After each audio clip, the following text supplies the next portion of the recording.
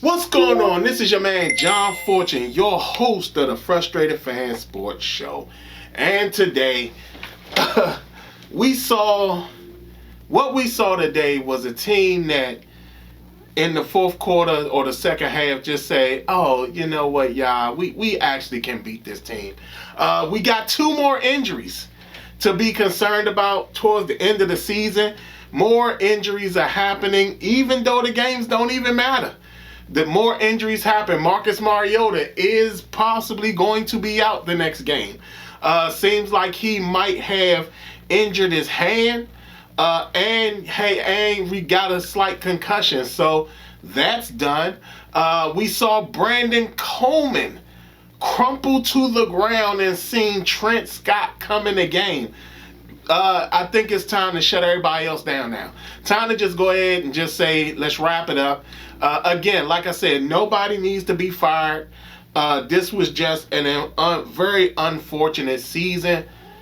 And it's one of those things where what we expected for this team did not come through because the season was just cursed. And when the season got cursed, everything went downhill. And it just became a season of unfortunate missteps. And it was not going to get better. We're seeing and we see the frustrations that's coming out with the team with what happened with that scrum. That lasted for a good little minute. That thing lasted for a good little minute as players were fighting back and stuff like that. So, it is what it is. I knew we were going to lose this game. I told y'all from the onset I knew we was going to lose this game. But it was so crazy because you was like, well, dang, will they pull this win off? And then it was like, nah, they won't. Saquon Barkley somehow got activated, became a threat again after not being a threat for several games. The crazy thing about Philadelphia is that they're like them and like the 49ers. They're just teams that seem like you can't understand how they're winning their games. But again, when you got a bunch of teams that are just making it easy for you, that's how it goes. And Washington made it very easy for Philadelphia to come back and win. Again, this was another game where a lot of things that was happening. It's not like Jalen Hurts was having this amazing game. He wasn't. He wasn't having this incredible game. But the running game, Saquon Barkley came up big. And then, Philly's defense was playing well. Washington. I knew the game was over when Washington finally found a way to stop the tush push and stuffed it twice. And then all of a sudden when they went back on two penalties and still ended up scoring a touchdown. I knew right then and there the game was done. The game was over. And it is what it is. Washington goes down 29-18 to the Philadelphia Eagles. The 18 score, the final 8 points was garbage points that in reality Philly wasn't really caring about that.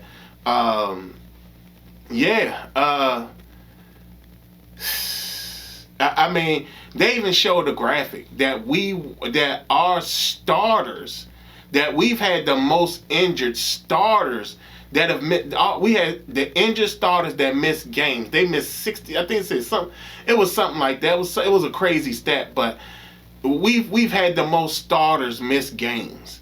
So it's like, man, it's so crazy at how that goes, man, and how this season has just collapsed in on us, and It was just a very, very bad season. Nothing, I mean, at the beginning of the game, things were going well, but after that, it's like nothing went well. I mean, they were getting penalties.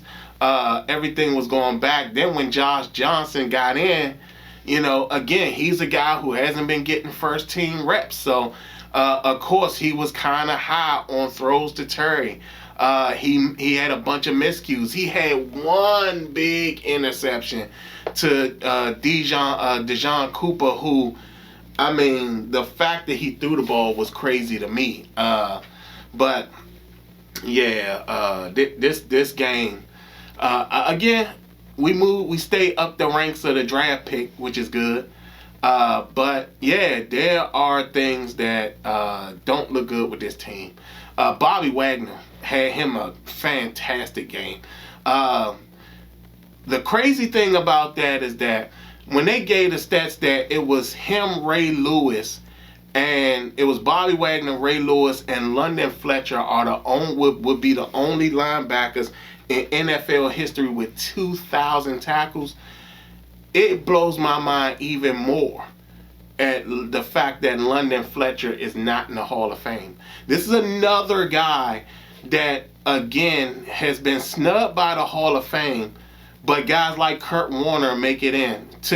Kurt Warner is like the epitome of a player who's only successful when everybody else around him is better.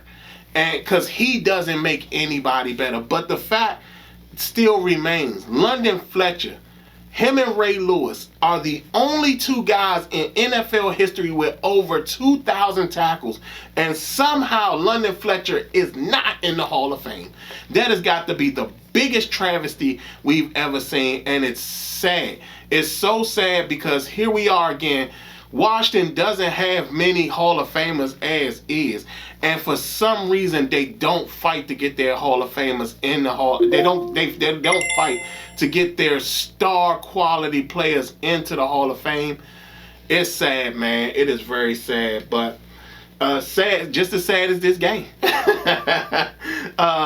Again, Bobby Wagner, he more than likely will break the tackling record this season, especially with 2 games to go. But who knows? Because they might want to sit him too. I mean, he may want to stay in long enough just to break it, But we'll definitely see how that goes. It's no working around it. It's no working through it. The season is what it is. Like I said, I remember I told y'all from the onset, I told y'all this season was cursed. I told y'all it was cursed. And it just seems like it keeps going down that road. This was not the season for Washington to really be competing this year. And it was on full display in this game. It's so crazy that how so many people was talking about, man, you should probably sit Marcus Mariota. Man. Think about that. There were so many people who were sitting up there talking about you should sit Marcus Mariota. He's a quality backup. And there were some people that's like, well, let Josh Johnson go the rest of the way. That will probably be the case. Josh Johnson will probably be the quarterback the rest of the way. I mean, it's just so crazy. Ben Sinnott, didn't see much of him in this game. I mean, he was in it. I mean, it seems like he catches his 1 pass per game. That seems to be his average, 1 pass per game. I just don't know what they want to do with him. I don't think he's what he was at Kansas State versus what he is now seems to be 2 different players. Two completely different players. He was pretty effective at Kansas State. I don't know what he is now. He just does not seem to be I wouldn't say a focal point, but he doesn't seem. It's like when he was drafted, I was like, okay, I could see how they can go about that. They got Zach Ertz. You know, it's like, okay, he'll be a solid guy. He'll be similar to a Zach Ertz. And when you watch him play, it's like, man, you know, like, yeah, they might have wasted a draft pick on what is basically averaging out to be like a third tight end. You know, like, and that was a second round pick. That was a high pick on the guy. So, Bill played well. Got to a point where, I'm going to say this. When they were on the goal line and they were running the ball in, trying to run the ball in, I didn't understand why they went with Bill in those 3 plays versus why not give it to Chris Rodriguez. Yeah, Bill scored, but if Chris Rodriguez is in there, then that's what you do. Like, there are times where you say, it's not the plays that's being called, it's the people that you got in there on the assignment. Like, we know that Chris Rodriguez is a bruising back. So it should be a thing where you make sure that he is the one that makes the play, not sit up there and make it a point of making it difficult for the play to be successful. And I feel that was what was happening. We saw players get kicked out of the game, ejected. Ken Law and Quan Martin both got kicked out of the game. This was just a bad game. It was a bad game. It started out good and then ended on a very sour note. Philadelphia took over in the second half. Philly, again, like I said, they're a team that, I'm going to be honest with y'all, I can see Philadelphia getting bounced in the first round. I don't see them being able to really fight with anybody to really be successful this upcoming season. I don't see them repeating as Super Bowl champions because they don't have enough. Like, they just seem like, anytime you start to see the thing that made them special last year with the tush push and the aggressive style of defense and the aggressive offensive line, all that seems to have evaporated this year. And I think that with that being said, they're not going to repeat as Super Bowl champs. And I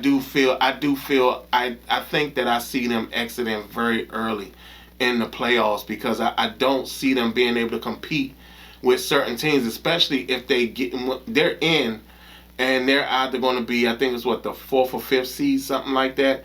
It's going to be very difficult for them to really fight the teams that they're going to be fighting, especially if they got to face, I mean, maybe if by chance they face the 49ers, they may beat them, but because I think they wouldn't be able to see the 49ers, so that'll be a very difficult game. So yeah, Washington goes down 29-18 to the Philadelphia Eagles in a game that seemed promising at the beginning and then just fell flatlined towards the end. The season is done. We'll see what they do next week. On Thursday against the Dallas Cowboys on Christmas. So y'all tell me what y'all think. How do y'all feel about this game? Do y'all feel like it was just a type of game and, it's like, it was just a game to what it was. How do y'all feel about the curse that I've been talking about for the entire season? How do y'all feel to see Mariota go down and see Brandon Coleman go down in this game? Y'all tell me what y'all think down in the comments below. Other than that, this has been your man, John Fortune. Like, comment, and subscribe. And this has been the Frustrated Fan Sports Show.